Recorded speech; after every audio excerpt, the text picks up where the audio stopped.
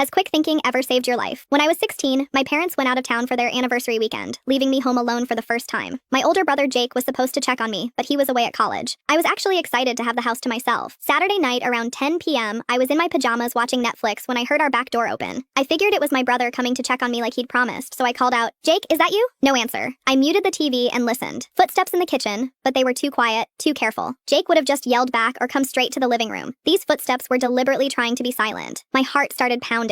I grabbed my phone and crept toward the kitchen, thinking maybe I should call 911, but as I got closer, I heard a voice I recognized. She's definitely here. Her car's in the driveway, and all the lights are on. It was my brother's best friend, Marcus. He'd been coming to our house since middle school, practically lived here during high school. I'd known him for years. Then I heard another voice. "You sure her parents aren't coming back tonight?" "Positive. They're 3 hours away at some fancy resort, and Jake's not coming home until Sunday." I froze. Why was Marcus here with someone else? And why were they talking about my parents' schedule? I heard Marcus again. "I've been planning this for months. Every time I'm over here, I've been figuring out the layout, where her room is, when she's usually alone. Tonight's perfect." My blood turned to ice. Marcus, who'd eaten dinner at our table hundreds of times, who my parents trusted completely, who Jake considered his best friend, had been planning something. The other voice said, "What if she screams?" "She won't. She trusts me. I'll just tell her I came to check on her like Jake asked. By the time she realizes what's happening, it'll be too late." I was shaking so hard I could barely hold my phone. I had maybe 30 seconds before they came looking for me. The front door was too far, and they'd hear me running. I was trapped. That's when I remembered something my dad had taught me about home invasions. If you can't escape, make them think someone else is coming. I quickly called Jake's number and put it on speaker, praying he'd answer. It rang once, twice. "Hey sis, what's up?" I spoke loudly enough for them to hear. "Jake, thank God you're here early. I heard you guys come in through the back door. Are you bringing Marcus up to my room now, or should I come down?" There was confused silence from the kitchen. Jake sounded puzzled. "What? I'm not there. I'm still at school. What are you talking about?" But I kept going with my act. "Oh, perfect, yeah. Bring him up. I've been waiting for you guys to get here for the sleepover." I heard frantic whispering from the kitchen. Then Marcus's voice panicked. "Shit, Jake's here? I thought you said he wasn't coming until tomorrow." The other guy, "You said we had all night. Marcus, we need to go. Now." I heard them scrambling toward the back door. Meanwhile, Jake was yelling through the phone. "What the hell is going